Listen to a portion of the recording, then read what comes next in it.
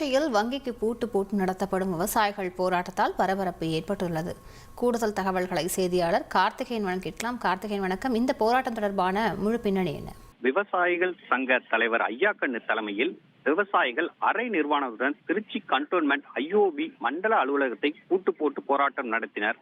அதாவது 100 நாள் வேலை சம்பளம், முதியவர் உதவித்தொகை என அரசு கொடுக்கும் பணத்தை கடனுக்காக பிடிக்க கூடாது என்று உத்தரவு பிறப்பித்தும் அதனை பிடித்துக் கொள்ளும் வங்கி அதிகாரிகளை பதவி நீக்க வேண்டியும், மேலும் கடன் வாங்கிய விவசாயிகளை அழைத்து ஒன் டைம் செட்டில்மெண்ட் என்று கூறி பணத்தை முழுமையாக பெற்றுக்கொண்டு அதன் பின்பு பத்திரம் கேட்டால் கொடுக்க முடியாது என்று கூறும் அதிகாரிகள் மீது நடவடிக்கை எடுக்க கோரியும், மேலும் விவசாயிகள் வங்கிகளுக்கு சென்று கடன் கேட்டால் சிபில் இல்லை என கூறுகின்றனர், அதனை தடுக்க வேண்டும் என பல்வேறு கோரிக்கைகளை வலியுறுத்தி திருச்சி கண்டோன்மெண்ட் பகுதியில் இயங்கி வரும் இந்தியன் ஓவர்சீஸ் வங்கி மண்டல அலுவலகத்தை தேசிய தென்னிந்திய நதிகள் இணைப்பு விவசாயிகள் சங்க தலைவர் ஐயாக்கண்ணு தலைமையில் விவசாயிகள் அரை நிர்வாணத்துடன் வங்கியை பூட்டு போட்டு போராடினர்.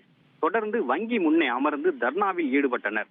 அவர்களிடம் வங்கி அதிகாரிகள் மற்றும் போலீசார் பேச்சுவார்த்தை நடத்தி சமாதானம் செய்தனர். இதனால் அப்பகுதியில் பரபரப்பாக காணப்பட்டது.